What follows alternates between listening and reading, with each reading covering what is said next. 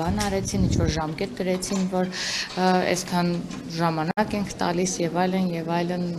կանոններ էլի դուք նայեք։ Այո, բայց միևնույն է ոչ մի ծրագիր այսպես ասած չի իրագործվում, ինչի չի իրագործվում, որովհետեւ չկա ժողովրդի կողմից իրենց աջակցությունը։ Ես կարծում եմ նախ եւ առաջ որևէ շարժում սկսելուց կամ ծրագրեր կազմելուց համար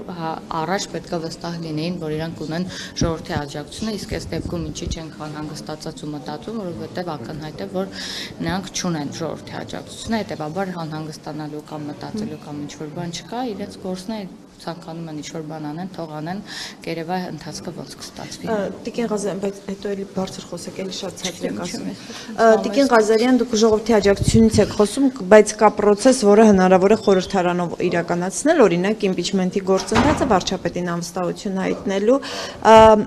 հնարավոր է իրենք այս ճանապարհի մասին են խոսում, այս ճանապարհով եթե գնան, այստեղ անհանգստություն չունի իշխանությունը, որ նախագիծը մուտք գործելու համար անհրաժեշտ քվեները կունենան, իսկ հետագայում գուցե նաև իշխանական շարքերից նրանց միացողներ լինեն։ Ես վստահ չեմ, որ նման այս հարցում հատկապես իրենք հաջողություն կունենան, որովհետև ինչպես տեսել եք, այսքան ժամանակ մեր խմբակցությունը ինչպես է աշխատել, ոչ մի խնդիր այդ առումով վստահաբար կարող եմ ասել խմբակցության պատգամավոր, որպես որ խնդիր չենք առաջանա, բայց իրենց դեպքում են, որ ասում են թող փորձեն, թող համոզվեն եւս մեկ անգամ։ Բայց դուք ինչու եք բացառում, օրինակ Սերժ Սարգսյանն էլ երբ որ ընտրվեց վարչապետ, այդ ժամանակ ոչ ոք չէր կարող ենթադրել, որ կգտնվեն օրինակ հանրապետականում падգամավորներ, որոնք կքվեարկեն Նիկոլ Փաշինյանի վարչապետ դառնալու օգտին։ Գուցե այս դեպքում էլ իրենք, այսինքն Սերժ Սարգսյանը պնդում է, որ ծրագիր ունեն, գուցե ունեն այնպիսի մի ծրագիր, որի արդյունքում ձեր շարքերից падգամավորներ կմիանան, իրանց ո՞նց եք սա բացառում դուք։ Ես բացառում եմ, քանի որ շատ լավ գիտեմ մեր թիմին։ Ես բացառում եմ, որովհետև երբեք չէի ցանկանա նույնիսկ համեմատել քաղաքացիական պայմանագիր խմբակցությունը կամ առհասարակ կուսակցությունը որևէ այլ կուսակցության հետ։ Սա իմ ներքին վստահությունն է, ինչով որ կարծում եմ երբեք ինձ հուսախաբ չի արել այս դեպքում եւս։ Համեմատել ինչ նկատի ունեք։ Եթե դուք համեմատություն տարաք, որ ոնց վարչապետը, ես կասկածում եմ, որ գտնվի որևէ падգամավոր իշխանական։ Իսկ գուցե իրենք էլ կարողանան այդ հանրային ճնշումը ապահովել, այդ դեպքում դուք։ Ես ասում եմ թող փորձեն, որպեսզի եւ մենք, եւ դուք, եւ մեր ժողովուրդը համոզվեն եւս այս հարցում։ Ամիսներ առաջ էլ դուք նույն վստահությամբ ասում եք, որ ԿՊ խմբակցությունը կուր խմբակցություն է, բոլորը միաձայն են, բայց օրինակ հիմա Հովիկ Աղազարյանն ու Հակոբ Վասանյանը այլևս ձեր շարքերում չեն, առանձին նստած են։ Հիմա որտեղ է վստահությունը, որ նոր մարդիկ չեն լքելու ԿՊ խմբակցությունը։ Ես վերահաստատում եմ, որ մեր խմբակցությունը բավականին կուռ է եւ բոլոր որոշումներում մենք միշտ միամուռ միասնական որոշումներ ենք կայացնում, իսկ Հովիկ Աղազարյանի եւ Հակոբ Ասլանյանի այսպես ասած խմբակցությունից դուրս լինելը, կուսակցությունից դուրս լինելը դուք եք տեղյակ, ինչ գործընթացներով ուղեկցվեց, ինչի արդյունքում եղավ եւ բնականաբար այս պահին իրենք մեր խմբակցության եւ կուսակցության անդամ չեն եւ դա բնավ մեր որոշումների հետ կապված չէր, այսինքն այնպես չէր, որ որևէ որոշում, այսպես ասած, խանգարել են որևէ որոշման կայացման, այդ իսկ պատճառով են դուրս եկել խմբակցությունից կամ իրենց խնդրել ենք, որ լքեն մեր խմբակցությունը, դա լրիվ այլ պատմություն է եւ սրա հետ համեմատել չեմ կարող։ Խոսեցիք նաև ժողովրդի աջակցությունից, օրինակ անցած տարի մայիսի 9-ին հրապարակում բազմահազար մարդիկ ովքեր հավաքվել էին, դա աջակցություն չէր ընդդիմության։ Դե եթե կարողանային այդ աջակցությամբ որևէ բան փոխել, կկարողանային փոխել։ Եվ եթե չկարողացան փոխել, ուրեմն այդ մասշտաբի աջակցություն չունեն։ Դա տեսեք, գուցե հրաժարական տար գնար տեսնելով, որ մարդիկ այդքան իրենց չեն։ Եկեք մի բան ֆիքսենք, բազմիցս համոզվել եք, տեսեք Գյումրիում ընթացած process-ները, Փարաքարում եւ այլն, իշխանության փոփոխությունը առհասարակ այսուհետ պետք է լինի բացառապես ընտրությունների միջոցով։ Մենք կարողացել ենք ապահովել այնպիսի ընտրական process-ներ, որ ցանկացած մարդ, եթե իսկապես ունի աջակցությունը ժողովրդի, նա կարող է ընտրություններով ընտրվել։ Եվ ես իսկապես չեմ հասկանում, այսինքն հասկանում եմ, այս ուժերը, որոնք որ հիմա այսպիսի քայլեր են անում ու հնարավորինս չեն ուզում սպասեն 2026 թվականին, պայմանավորված է նրանով, որ վստահ են, որ իրենք չեն կարողանա համապատասխան ձայներ ունենալ 2026 թվականին։ Այդ իսկ պատճառով հնարավորինս ներքաղաքական կյանքը կբոյկոտեն այնքան ժամանակ, միջև իրանց հիմիկվա բանը ցանկությունը միայն հնարավորինս ներքաղաքական կյանքը թեժ պահել, որպեսզի չկարողանան որոշ process-ներ այսպես հարթ հստակ ընթանան, բայց ու վստահ են, որ 2026 թվականին համապատասխան ձայներ չեն ունենա, սա է ամբողջ խնդիրը։ 26 թվականից խոսեցիք, օրինակ ձեր նախկին գործընկեր պատգամավոր Վիլեն Գաբրելյանը վստահ էր, որ 26 թվականին ԿՊ-ն չի ընտրվելու։ Դուք կիսում եք։ Այդպիսի խոսակցություններ ունենք։ Մենք նման խոսակ չէ, բնականաբար նման անհանգստություն չունենք 2026 թվականի համար, բայց որպես քաղաքական ուժ մենք էլ ենք որոշ բաների վրա ուշադրություն դարձնում, վերլուծություններ անում, փորձում հնարավորինս ամեն ինչ շտկել, նորմալացնել եւ այլն, չգիտեմ, որպես քաղաքական ուժ բնականաբար մտածում ենք 2026 թվականի համար։ Վիլեն Գաբրելյանի արտահայտությունը, ինչպես տեսակ, պահի արած արտահայտությունը, ես չեմ կարծում, որ որևէ վերլուծության արդյունքում Վիլեն Գաբրելյանը նման արտահայտություն է արել, դե հիմա չեմ կարող այս բասով որևէ հստակ բան անեմ, դա իր երևի սուբյեկտիվ կարծիքն է, չեմ կարող ասել, որ դա Ձեր նախկին գործընկերը, ձեր հետ ճանապարհ անցած ԱԱԾ նախկին պետը եւս ասել է, որ 26 թվականին պատրաստվում է ու ուզում է իր նոր թիմով մասնակցել խորհրդարանական ընտրություններին։ Դա որքանով է անհանգստացնում ԿՊ-ին։ Գիտեք ինչ, առհասարակ, թե ԿՊ-ի բանով տեսանկյունից ասեմ, եւ թե ցանկացած քաղաքական ուժի տեսանկյունից, անհանգստանալու խնդիր որևէ քաղաքական ուժ ունի այնքանով, որքանով որ ինքը ինչքանով է պատրաստ ու ինչքան ունի ժողովրդի աջակցությունը։ Մենք անհանգստանալու կարիք չունենք, որ ցանկացած քաղաքական ուժ էլ ընտրություններին թող մասնակցի, թող ներկայանա ժողովրդին, թող ներկայացնի իր ծրագիրը, ժողովուրդն էլ ընտրություն կանի ըստ իրենց ծրագրերի, ըստ իրենց մասնակցության, ըստ իրենց աջակցության, չեմ կարող ասել, չեմ կարծում, ճիշտն ասած, գուցե ես շատ այդ առումով ռադիկալ եմ ու մտածում եմ շատ ավելի մեր թիմի համար շատ բարձր նիշ ունեմ, բայց ամեն դեպքում չեմ կարծում, որ Վանեցյանի առհասարակ կուսակցությունը կամ բան կարող է մրցակցային համարվի քաղաքացիական պայմանագիր։ Տիկին Ղազարյան, ընդդիմադիրներն ասում են, որ դուք Փաշինյանի տանիքի տակ հովանու տակ եք մնում, որովհետև վախենում եք, որ երբ որ դուք մանդատ չեք ունենա, այլևս պաշտոն չեք ունենա, ձեզ փողոցում կվսկտեն եւ այլն, եւ պատրաստ են ձեզ մարդասիրական միջանցք տրամադրել, որպեսզի լքեք ԿՊ-ն։ Կա նման խնդիր եւ այդ մարդասիրական միջանցքի կարիքը դուք ունեք, թե չէ։ Անկեղծ ասած, առաջին անգամ եմ նման բան լսում առհասարակ, որովհետև նման բան ոչ գիտեմ, ոչ լսել եմ, ոչ էլ մտածել եմ երբևէ նման բանի մասին։ Բացարձակ նման խնդիր ընդհանրապես չունենք որևէ մեկս մեր խմբակցությունը։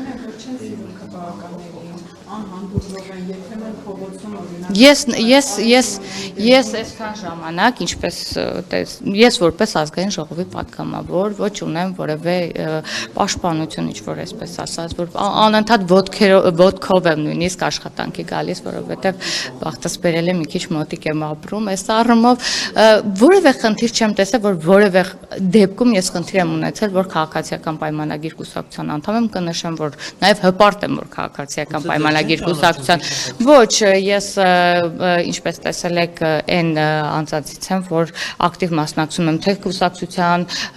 գործունեությանը եւ թե իմ падգամավորական գործունեությունը пассивներից չէ, հետեւաբար նման խնդիր էլ չունեմ, բայց միևնույն ժամանակ պետք է փաստեմ, այսքան ժամանակ որևէ խնդիր, որևէ դեպքում չեմ ունեցել,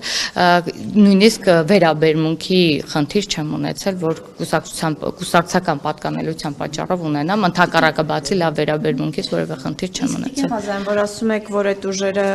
ընդդիմադիր դաշտի փորձում են մինչև ընտրությունները որոշակի process-ներ սկսել, քանի որ համոզված են չեն հանտրվելու։ Այսինքն դուք վստահ եք, որ քաղաքացիական պայմանագիրը կրկին 50+ ձայն է ստանալու խորհրդարանական հերթական ընտրություններին։ Տեսեք, կանխատեսումներ չեմ ցանկանում անել, բայց այնուամենայնիվ այդ խմբակները, որ փորձում են ներքաղաքական կյանքը անընդհատ ողջորել, նրանց մի հիմնական միտումը ես կարծում եմ նրա համար այն գործընթացները, որ Հայաստանի Հանրապետությունում կատարվում է, այն դրական փոփոխությունները, որ տեղի են ունենում ընդհանուր առմամբ, հնարավորինս ստվերելն է։ Եթե մի լավ նորմալ նախագիծ է իրականացվում, մի լավ նորմալ արտաքին քաղաքականությունում որևէ բան է փոփոխվում, պարտադիր դա ուղեկցում է ինչ-որ մի աննորմալ բանով ընդդիմադիրների կողմից, որպեսզի կարողանան հնարավորինս ստվերել դա։ Սա հիմնականում իրենց, բայց արդեն բոլորը, այսպես ասած, կարծես արդեն պատրաստվել են 26 թվականի ընտրություններին։ Ես ուղղակի կոչ կանեի, եթե այդքան վստահ եք ձեր ուժերին, ունեք աջակցություն, վստահ եք, որ կկարողանաք ձայներ ունենալ, ինչի համար է հիմիկվա արդեն այս աժոտաժը, բնականաբար կարող եք 26 թվականին մասնակցել ցանկացած կուսակցություն եւ մասնակցել։ Ինչ հավակնություններ ունի 26 թվականին։ Բնական։ Այսինքն տեսնում է հնարավորություն կրկին 50+% ձայն ստանալու։ Առհասարակ, եթե իմ սուբյեկտիվ կարծիքն եք ուզում, ես ցանկացած ընտրությունների գնում եմ 50+ ձայներ ունենալու բանի, բայց իհարկե տեսնում եմ բնականաբար եւ դա ցույց կտա եւ կարծում եմ ժողովուրդն էլ համեմատական կանցկացնի, կտեսնի ինչքան աշխատանք է կատարվել, ինչպես է իրանց կյանքը փոխվել, որովհետեւ ընտրությունների առաջ ցանկացած մարդ էլ վերլուծում է այն ամբողջ ընթացքը, թե այս իշխանության կամ մյուս իշխանության կամ այս քաղաքական գործիչի աշխատանքը ինչքանով է բարելավել իրենց կյանքի որակը։ Ըստ այդմ էլ ընտրությունները ո՞նց է բարելավել դիքնավորը։ Սյունիքի գյուղերի բնակիչների կյանքը բարելավելու վերաբերյալ Սյունիքի գյուղերի բնակիչների ընտրության արդյունքները ցույց կտան։ Ես էլ եմ հաճախակի լինում Սյունիքում եւ ելի պատրաստվում եմ մոտ օրերս գնալ, հասկանալ ինչպիսի տրամադրություն է, ոնց են, ինչի կարիք ունեն եւ այլն։ Մեր падգամավորներն էլ շատ ակտիվ են այդ գյուղերում եւ ես կարծում եմ բավականին ցանկացած մարզ մտնելուց ես ինքս էլ նկատում եմ բավականին փոփոխություն ցանկացած գյուղում եւ համայնքում։ Կարծես Հայաստանի Հանրապետությունը լուրջ եմ ասում ամբողջ տարածքով վերածված լինի Միշին հրապարակի եւ ամեն համայնքում կոնկրետ աշխատանքներ իրականացվում եւ բնակիչների կյանքը օրորի բարելավում է, ինչը չեք կարող հերքել եւ ոչ մեկ չի կարող հերքել։ Ես ինքս շատ եմ Հայաստանի Հանրապետության տարածքով պատտվում, այսպես ասած, բոլոր մարզերում, չնայած լինելով Գեղարքունիքի մարզից բոլոր մարզերում լինում եմ պարտադիր։ Գյուղերում մարդկանց անկեղծ, այո, օրինակ այսպեսի գյուղ չկա, որ տեսեք, դուք կարող եք, թող լսեն, զարմանան, եթե ես որևէ բան կստեմ, դուք կարող եք տեսնել, թե ցանկացած գյուղում ինչպես են օրինակ աշխատանքներ իրականացվում, գուցե նաև տեսեք, գյուղեր գնալուց հիմնական բանը, ասում են, տեսեք, դպրոց, մանկապարտեզ, ռոռոկման համակարգ, խմելու ջրի, մենակ դպրոց, մանկապարտեզ, այո, բայց դրանից մարդկանց կյանքի որակը փոփոխվում է։ Արտագաղթ միշտ էլ եղել է։ Տեսեք, եթե դուք ջուր չունեք եւ հետո ունենում եք կանոնավոր ջրամատակարարում, ձեր կյանքի որակը փոխվում է, թե չէ։ Որ կրակում են գնդակը պատուանից մտնում է ձեր տունը, ձեր Տարեկ ջան, հերթով էլի հարցերին պատասխանեմ նոր, համ էլ ես հանձնաժողովի նիստի եմ, ես ցանկանում եմ նիստը բաց չթողել, էլի։ Չէ, խնդրա հարուստ թեմայից խնացածու կյանքի մի րոպե, հերթով, շուրջ, հերթով։ Հարցրու։ խնացածու կյանքի որակը փոխվում է, թե չէ, երբ որ նա տանը պարկած թշնամու գնդակը մտնում է սենյակ։ Տեսեք, դուք հիմա մի հարց եք ինձ տալիս, որը որ ասենք վերջին դեպքով տեղի ունեցել, բայց ամբողջ ընթացքում ասենք հիմա դեպք է տեղի ունեցել, դեպքի վերաբերյալ դուք պրոյեկտում եք դա կյանքի որակը փոփոխվել է, թե չէ։ Խնդրում եմ, սա իրականում գիտեք, որ միջադեպ այդ հարցը միջադեպ է տեղի ունեցել, բայց դա պրոյեկտել, որ կյանքի որակը փոխվել է, թե չէ, մենք հետագայում կասկած, բայց փաստացի, երբ որ տվյալներ ենք իրար կողմնում 2024 թվականը համեմատաբար մյուս տարիներին եղել է համեմատաբար խաղաղ։ Հիմա այս միջադեպերի վերաբերյալ եկեք լսենք Պաշտպանության նախարարությունը կամ համապատասխան գերատեսչությունները ինչ կասեն, դրանով կողմնորոշենք։ Ես հիմա չեմ կարողանում։ Այո, ես տեսել եմ, ես տեղյակ եմ, այնպես որ եկեք միջադեպ դեպով չորոշենք կյանքի որակը Չէ, փոխվել է, թե ոչ, էլի։ բայց դա անվտանգությունը կյանքի որակի ամենակարևոր Դուք գիտեք, որ անվտանգությունը մեր կարևորագույն այսպես ուղղություններից մեկն է, որի ուղղությամբ ամենօրյա աշխատանքներ իրականացնում ենք, որ հնարավորինս խաղաղությունը ապահովենք Հայաստանի Հանրապետությունում, եւ ես ասում եմ, սա իրականում անցյալ տարի եւ այս տարի էլ խաղ է եղել, բացառությամբ վերջին մի քանի դեպքերի եւ եկեք այս միջադեպով չորոշենք ինչ է ստացվում, ինչ չէ, հուսանք դրանից հետո ավելի խաղ կլինի։ Տիկին Ղազարյան, Ադրբեջանը քանդում է հայկական եկեղեցիները, հայաթափում Կներեք, էլի ամենայն հարգանքով, եթե ես հանձնաժողովի նիստը ավարտեմ, երկար խոսենք, մենք պայմանավորվել ենք կարճ զրուցել, որովհետեւ նիստի եմ։ Ես էլ հարակից զեկուցում ունեմ, խնդրում եմ թույլ տաք իմ նիստը շարունակելու։ Հայաթափել է Արցախը, քանդում է մեր եկեղեցիները, պատմամշակութային կոթողները, նույնիսկ հայերին ծաղրող պուրակ է ստեղծել Ադրբեջանում, բայց դա մի կողմ, իսկ երբ որ հայերը որոշում են Ադրբեջանի դրոշը այրել, իշխանության կողմից արժանանում են թիրախավորման։ Ինչու է իշխանությունները այդպես մոլորանդորեն պաշտպանում ադրբեջանական դրոշը։ Եկեք որակավորում մի տվեք մոլեռանդորեն պաշտպանելու կամ չպաշտպանելու հարցում, ես ուղղակի փաստը հաշվի առնենք, դիցուկ այրենք, եկեք այրենք դրոշը, եկեք ամեն տարի, եկեք բոլորս իրար հետ այրենք, դրանով ինչ-որ իրավիճակ ենք փոփոխելու, թե ինչ ենք անում, դիրքորոշում արտահայտելու ձևեր, տարբեր կերպ կան, բայց մենք ինչպես տեսնում ենք, մենք գնում ենք խաղաղության պայմանագրի կնքման ուղղությամբ եւ իրականում դա չի ոչ խանգարում, ոչ օգնում, ոչ էլի որևէ բան անում, բայց իրականում եթե ես իմանամ, որ դրոշ արիրելով որևէ բան կփոփոխես, եկեք բոլորը ոչ, ես չեմ փորձել այրել, որովհետեւ դա անիմաստ է, դա իրականում ժողովրդի կողմից խեղճության նշան է, ուրիշ բան չէ որակը։ Ղազարյան ձեր թիմակիցները եւ 15-ին Ռուսաստանի դեսպանատան մոտ այրում են Ռուսաստանի դրոշը։ Ես ասացի, սա վերջին հարցն եմ պատասխանում, թիմակիցներին ով որ այրել են իրենց հարցրեք։ Արարատ Միրզոյանն էր այրում։ Դուք ասացիք, որ դա փոփոխություն է, որ իրական